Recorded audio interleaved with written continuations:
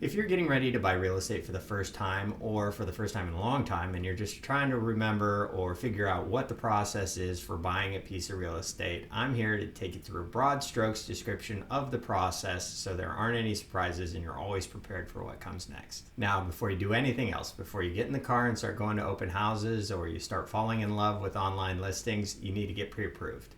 Once you're pre-approved and you know your budget, that's when the fun part comes. You get to go shopping. Now you and your real estate agent are going to identify neighborhoods where properties that meet your criteria are also meeting your budget, and I highly recommend looking at several neighborhoods to start. Pick a handful of homes in each one, maybe for a day or two over the weekend, and go out and see them and understand the different areas and how they appeal to you. If you don't find something right away, that's okay. You're starting to zero in on where you want to be and the type of property you want to be in. This also helps you benchmark the market, understand what's out today, and then as new listings pop up, you don't have to see a bunch at a time. You can just pick off those ones that you know are pretty close to what you're looking for. Once you've identified the property that you want to make an offer on, you're going to formulate a strong competitive offer along with your agent, and they're going to put that together and present it for you to the sellers. Now, there's more to an offer than just price.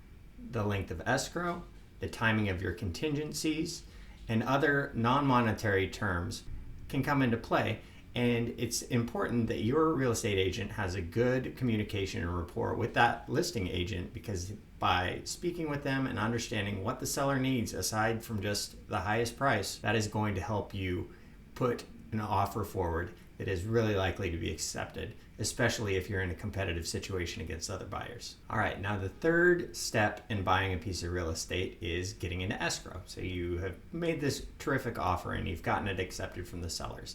It's going to feel like you've arrived, but you've really just begun. Now, an escrow company is a neutral third party that holds funds and helps facilitate the process to minimize risk and make sure that at the end of the day, the seller gets their funds and the buyer gets the title to their new home. Now, one of the first things that's going to happen once you have confirmed that escrow is open is escrow is going to provide instructions for the buyer to provide their earnest money deposit. Now, the earnest money deposit is sort of your skin in the game. Now, it's usually between 1% and 3%, 3% being considered a really nice, strong earnest money deposit, and it's not extra or on top of anything else. It goes towards the cash you need to close if you reach the end of escrow. And as I've said, the earnest money serves as your skin in the game, evidence to the seller that you're serious about this and not just sending out offers for fun. The earnest money is often wired in, and in this day and age, it is very important that you confirm the wiring instructions with your escrow company before sending that money, because if it's sent to the wrong place, it may be very hard to get back. Use common sense and you're going to be fine. Okay, so you've opened escrow on your new property and you've sent in your earnest money deposit. Now, we typically move into the contingency period at this point. Contingencies are ways out of the deal for the buyer. When you open escrow, the power really shifts from the seller, who has all the power before accepting an offer, to the buyer, who now has a lot of ways out of the deal, their contingencies, wherein the seller has relatively few, most of them just being if the buyer's not doing what they said they would do. Now, there are three main types of contingencies: inspection, figuring out the actual physical condition of the property; loan, whether your lender is going to be able to get that loan all the way to fruition for you or not; and appraisal. Appraisal is kind of tied into the loan. It's a piece of the lending puzzle, but a bank does not fund a loan based on what you offered for a property. They base it on what an appraiser says the property is worth. So that is a piece of the puzzle that will need to get into place. Now, how long you have to complete these contingencies, get them to where you're comfortable releasing them, is a part of the contract and the offer. So it's something that you can control when you make the offer, and there are some boilerplate standards as far as how long people expect that to be. And you can make your offer more attractive without putting more money on the table by shortening those contingency periods or not including them in your offer. You may have heard about people waiving their contingencies. So you might say, I'm not going to need a loan contingency. I'm already very confident in that. And so that's one less thing the seller has to worry about you backing out for.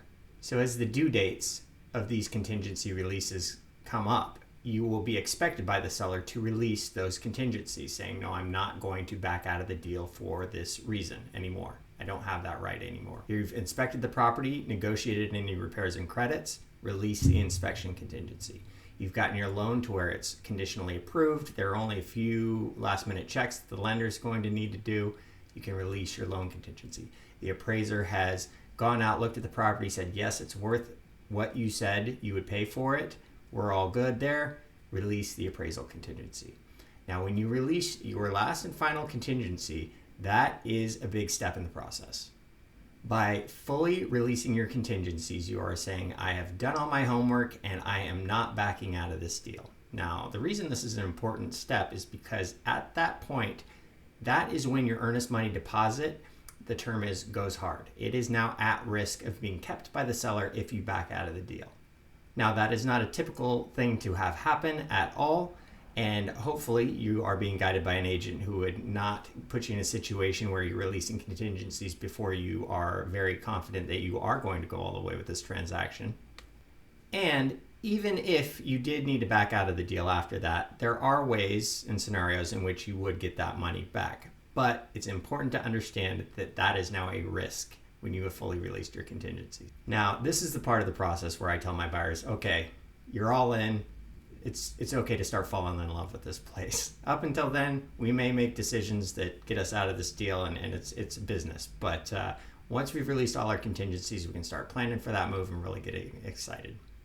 And that's largely what you're going to do in that time between releasing your contingencies and the final days of escrow when we're getting ready to close. You're going to plan, you're going to get the movers in place, you're really going to commit to this move.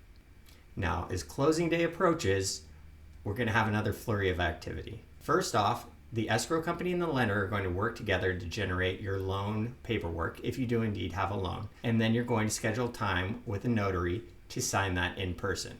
Those signed loan docs go back to escrow, then back to the lender, and the loan funds. That means the bank that's lending sends the cash that is being loaned to the buyer to escrow.